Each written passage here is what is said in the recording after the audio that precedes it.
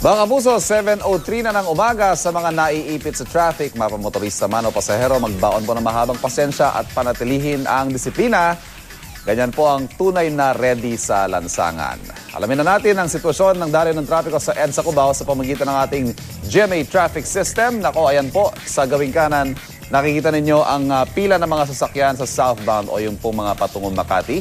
Samantala, wala pa rin naman problema yung northbound, yung nasa gawing kaliwa. Yan naman po yung mga patungong Monumento, green and go sa mga oras na ito. Samantala, medyo masamang balita po ang ating C5 Katipunan sa tulong ng ating GPS navigation software na Waze.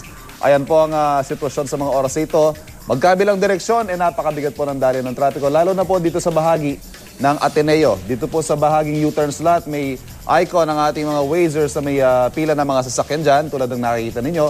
Sa katunayan, dito pa lamang po sa bahagi ng CP Garcia, kung kayo po ay manggagaling ng UP at kakanan ng Katipunan, traffic na rin po dyan, at ang mabigat na daloy ng trapiko ay inyong mararanasan hanggang doon sa kanto ng Aurora Boulevard. Ayan, pakita lamang natin. Traffic po yan, batay sa report ng ating mga Wazers, hanggang dyan sa kanto ng Santolan o yung Biserano, abot po yan hanggang White Plains Avenue. Ayan, alamin naman natin ngayon ang sitwasyon sa EDSA Ortigas.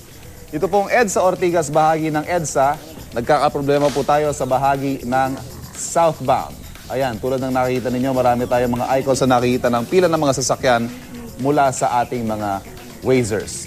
Ito naman pong Ortigas Avenue, magkabilang direksyon po itong bahagi ng Lasal. Ayan, ito yung bahagi ng papuntang Lasal. Mabigat din po ang daloy ng trapiko batay sa report ng ating mga Wazers. At gayon din, itong bahagi ng kung manggagaling kayo ng C5 Ortigas o Rizal patungo ng EDSA Ortigas, nakakita din po tayo ng pagbagal ng daloy ng trapiko sa mga oras na ito. At yan po ang ating Waze Report, ang latest mula sa GMA Roadwatch.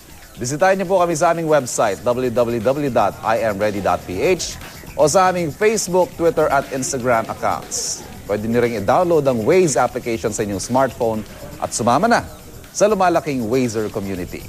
Magplano para sigurado. I am ready, serbisyong totoo ng GMA News.